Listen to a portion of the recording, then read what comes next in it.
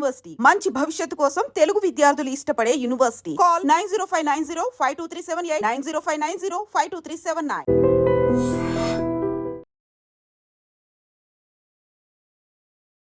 ముందు హైదరాబాద్లోని గాజుల రామారం అంటే జీడిమెట్ల పరిధిలో నిన్న ఎప్పుడైతే తల్లి అట్లాగే ఇద్దరు పిల్లల్ని చంపి ఆ తర్వాత తను కూడా సూసైడ్ చేసుకున్నటువంటి బిల్డింగ్లో మనమైతే ఉన్నాం.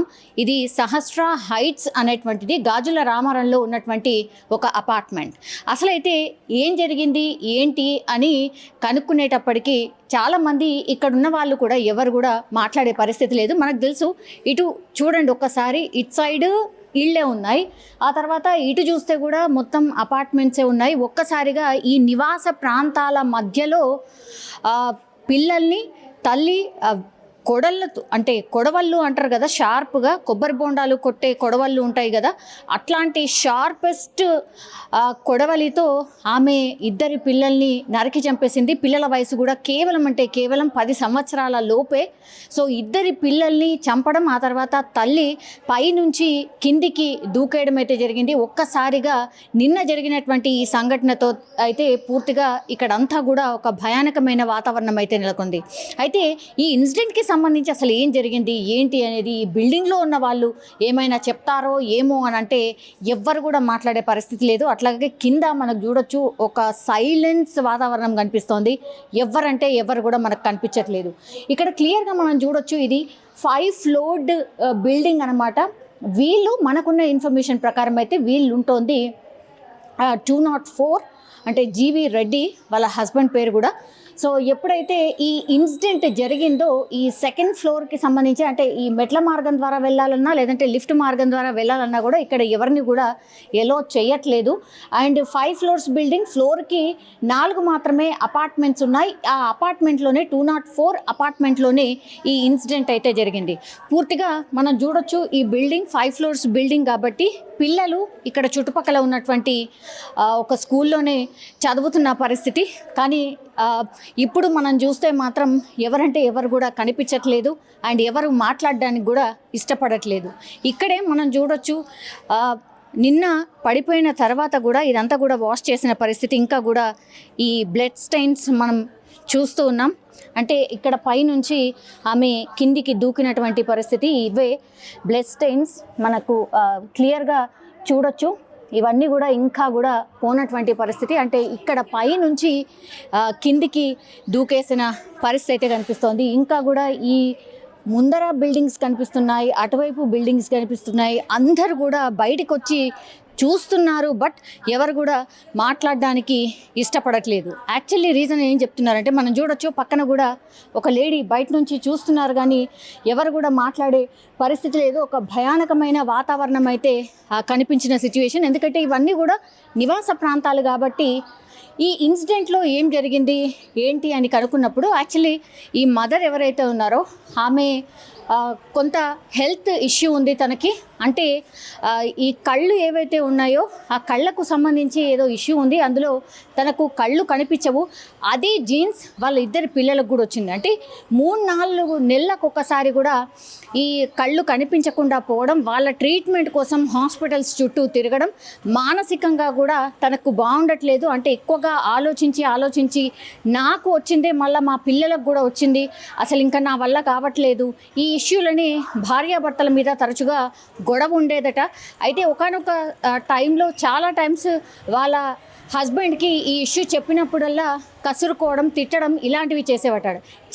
ఏంటి ఈ జీవితం అని అనుకుందో ఏమో తెలియదు కానీ బట్ ఒక తల్లి మాత్రం ఇంకా లాభం లేదు అనుకుంది. నా పిల్లల్ని ఇంకా నేను పోషించలేను ఆర్ చూసుకోలేను, బికాస్ తనకు హెల్త్ ఇష్యూ ఉంది సేమ్ ఇట్లాగే. అంటే తనకు కూడా కళ్ళు కనిపించవని చెప్తున్నారు. అట్లాగే మానసికంగా కూడా తనకు పెద్దగా అంటే ఏమీ ఉండదు.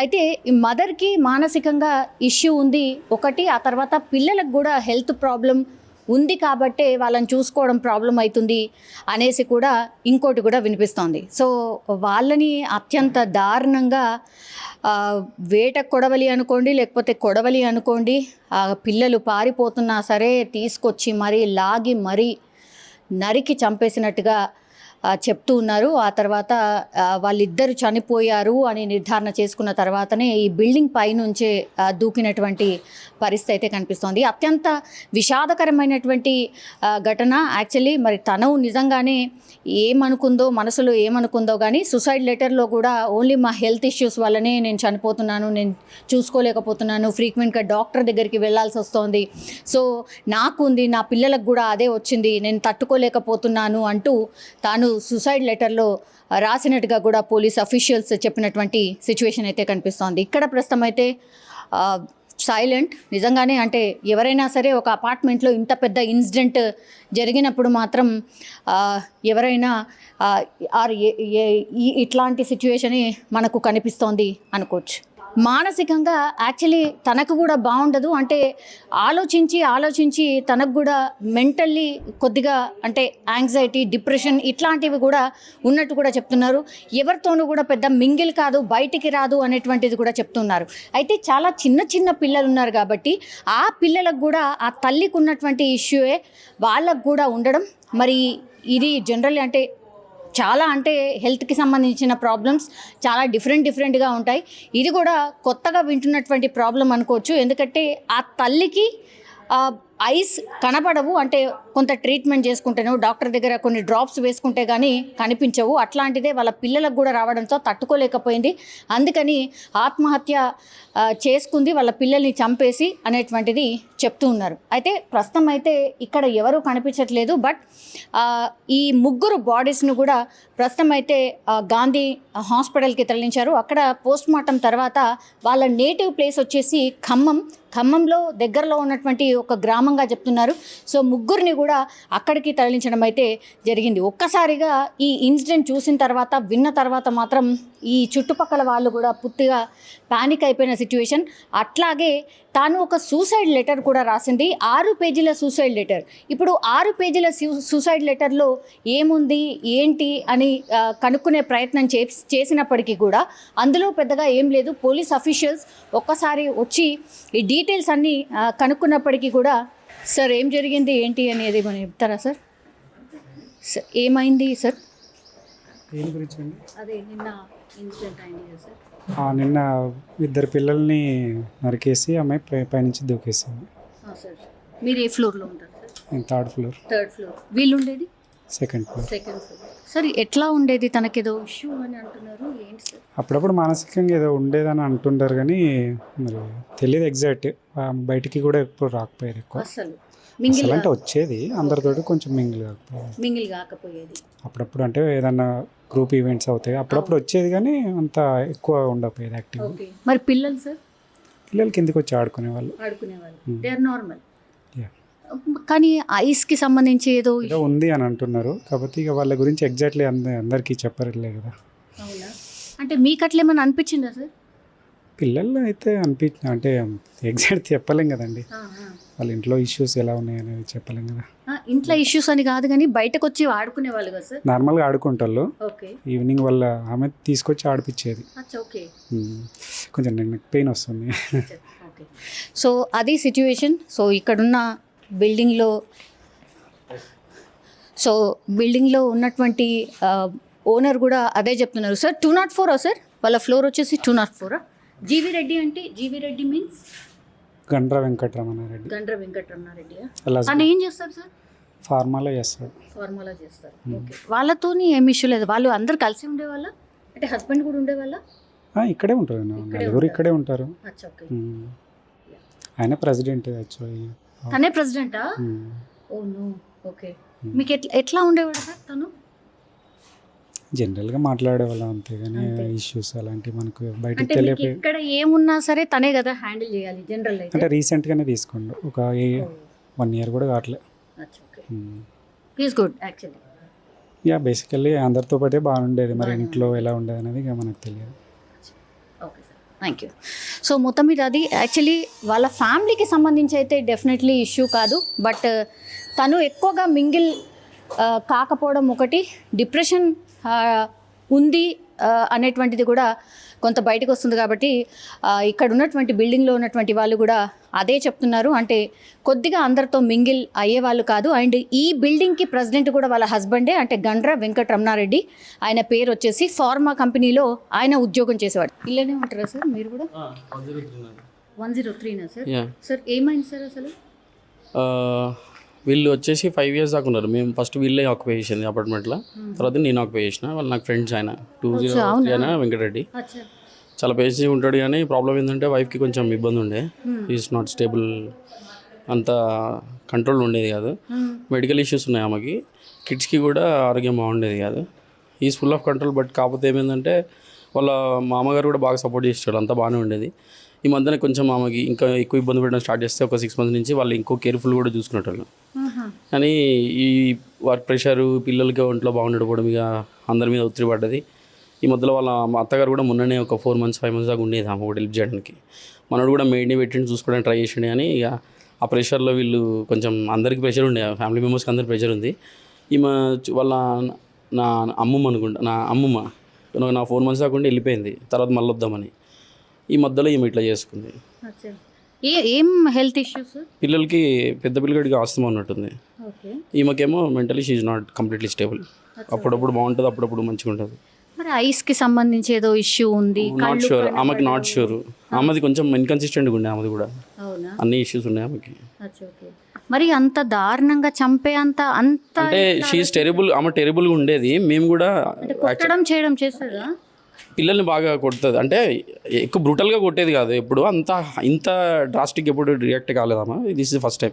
కాకపోతే అపార్ట్మెంట్ వాళ్ళు అందరం చాలా కోఆపరేట్ చేసినాం. వాళ్ళకి చాలా ఇన్సిడెంట్లు కూడా అయినాయి, చాలామందికి పర్సనల్ కూడా వెళ్ళింది. అందరం కంట్రోల్ చేసుకొని కొంచెం కోఆపరేటివ్ ఉండాలని కాలనీ వాళ్ళు కూడా చాలామంది కోఆపరేట్ చేశారు. ఆమె అట్లా ఉండడం వల్ల చాలా ఇబ్బందులు ఉండేవి. కాలనీ వాళ్ళు కూడా చాలా సపోర్ట్ చేశారు. కానీ బట్ దిస్ టైం ఆమె చాలా ఓవర్గా రియాక్ట్ అయింది. అంటే ఇంకోటి ప్రచారం ఏం జరుగుతుందంటే సెకండ్ మ్యారేజ్ అని అంటున్నారు తనకి. అవునా? యాక్చువల్గా మనకు అంత డీటెయిల్గా తెలియదు. But he's full of responsible ఉండేటాడు. నాకు కొంచెం చాలా క్లోజు, చాలా కావాలి. నేను కూడా చాలాసార్లు డిప్రెషన్కి వెళ్తే చెప్పేవాడిని. చాలా హీఈస్ వెరీ స్ట్రాంగ్ యాక్చువల్గా.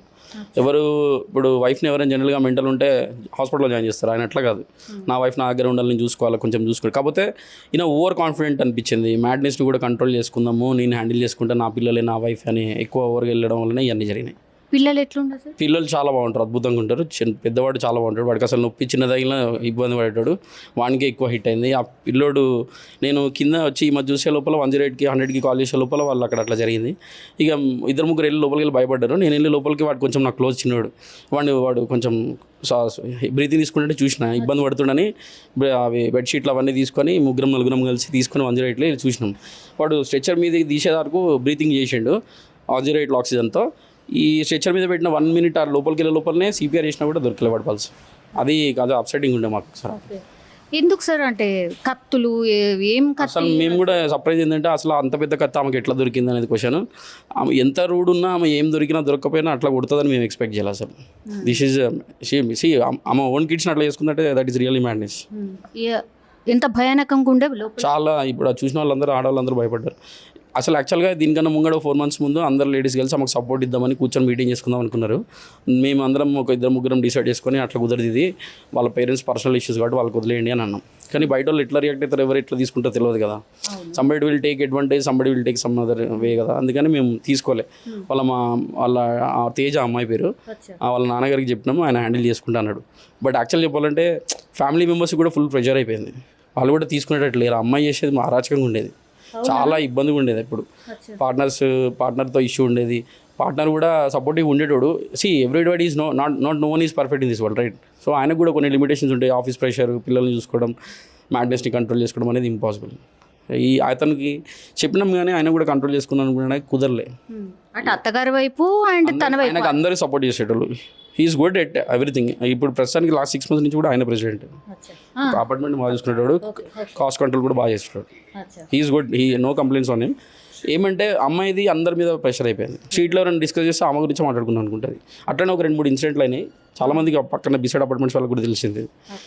నాకు యాక్చువల్గా ఏంటంటే నాకు క్లోజ్ ఫ్రెండ్ అయినా కిడ్నీ ఫస్ట్ చెప్పగానే ఏడ్చుకుంటారే నువ్వు ఏదో ఒకటి చేయరా అంటే నేను బిలియన్ పట్టుకొని వెళ్ళిపోయాను నేను. కానీ వాడు అక్కడ స్ట్రెచ్చర్ బీడ ముందే చనిపోయేసరికి నేను కూడా అప్సెట్లో ఉండిపోయాను. వాళ్ళ హస్బెండ్ ఉండేనా? లేడు, ఆఫీస్లో ఉన్నాడు. అప్పుడే వస్తాడు మనోడు. ఇంకో హాఫ్ అన్ అవర్లో ఇంట్లో ఉండేవాడు యాక్చువల్గా. అన్నాడు నాతో, అరే ఏమేం చేసి ఈ పిచ్చిది ఏం చేసిందో చూడరా కొంచెం అని అంటే నేను పోయినా చూసుకున్నాను. అప్పటి ఇద్దరు ముగ్గురు వేరు కానీ but no one could able to step inside. పెద్దోటి మొత్తం 1/2 లీటర్ 1 లీటర్ దాకా బ్లడ్ అంతా బ్లీడ్ అయిపోయి ఉండే. కానీ లోపలికి వెళ్ళి లోపల ఇన్సైడ్ వాడు కార్నర్లో వాడు బ్రీత్తో ఉన్నాడని ఎవరు గెస్ చేయలేడు. ఆ బ్రీతింగ్ సౌండ్తో నేను వెళ్ళడం వల్ల నాకు తెలిసింది, కానీ లేకపోతే no one could find it. ఇంకో 2 minutes ముంగట తీసుకోబోయింటే చిన్నోడు బతికేటోడు అనిపించింది. అది అనిపించింది మాకు. 108 వాళ్ళు కూడా ఫాస్ట్గా వచ్చారు. ఇక అంతా బ్యాడ్ లక్ అని ఉంది. ఏం చదువుతున్నారు సార్ వాళ్ళు? పిల్లోడు ప్రిపేర్ సెకండ్ అనుకుంటా, పెద్దోడు ప్రిపేర్ 3rd అనుకుంటా. 5 to 7 ఏసి మధ్యలో ఉంటారు ఇద్దరు. అంతే అంతే ఏముండదు. పిల్లలు చాలా బాగుంటారు, మంచిగా ఉంటారు. పిల్లలకు కూడా ఏదో ఇష్యూ ఉంది, ఐస్ కనిపించవు, డ్రాప్స్ వేయాలి, ఏదేదో పెద్ద పిల్లడికి ఇక్కడ ఏంటంటే ఎవరికి లోపల ఏముందో తెలియదు. అందరూ అన్పాపులర్ అన్నీ చేస్తూ ఉంటారు. ఈజ్ వెరీ గుడ్ ఫాదర్, ఆమె కూడా very good mother. It's all madness. అమ్మ అన్సర్టినిటీని కూడా ఆమెను కూడా పుష్ చేయలేము కదా. ఇన్ని రోజులు బాగానే చూసుకుందామా. షీ డెలివర్డ్ 2 babies 7 years దాకా చూసుకుందంటే she's not a mad mom, right? She also did. మెంటల్గా అన్స్టేబుల్ ఉంటే ఇక తను కూడా ఏం చేయగలదు. We can't blame anyone. ఇప్పుడు వాడు లక్ లేదు వాడికి మీద, లేకపోతే వాడు కూడా ఉండేటోడు. సో అమ్మ పేరు వచ్చేసి తేజస్విని. ఆమెకు కేవలం 32 సంవత్సరాలు మాత్రమే ఉన్నాయి. సో తనకి కళ్ళ సమస్య ఉంది. అదే సమస్య తన 2 పిల్లలకు కూడా వచ్చింది. అంటే ప్రతి 4 గంటలకు ఒకసారి కళ్ళల్లో ఆ చిన్న పిల్లలిద్దరికీ కూడా డ్రాప్స్ వెయ్యాల్సిందే, లేకపోతే కళ్ళు కనిపించవు. ఇప్పుడు ఇదే ఆ తల్లి మనోవేదనకు కారణమైంది అన్నట్టుగా చెప్తున్నారు. ఎందుకంటే హర్షిత్ రెడ్డి, ఆశీష్ రెడ్డి వీళ్ళిద్దరు కూడా కేవలం 11 సంవత్సరాలు 10 సంవత్సరాల లోపు పిల్లలే కాబట్టి ఆ చిన్న కుమారుడైతే పాపం కొనా ఊపిరితో ఉన్నప్పుడే హాస్పిటల్కి తీసుకుని వెళ్ళే ప్రయత్నం చేసినప్పటికీ కూడా ఆ హాస్పిటల్ తీసుకుని వెళ్ళే లోపే చనిపోవడం అయితే జరిగింది. సో మానసికంగా అట్లాగే హెల్త్ ఇష్యూస్ వల్లనే తను చనిపోయినట్టుగా పూర్తిగా ఆమె రాసినటువంటి సూసైడ్ నోట్ ద్వారా స్పష్టంగా తెలుస్తోంది.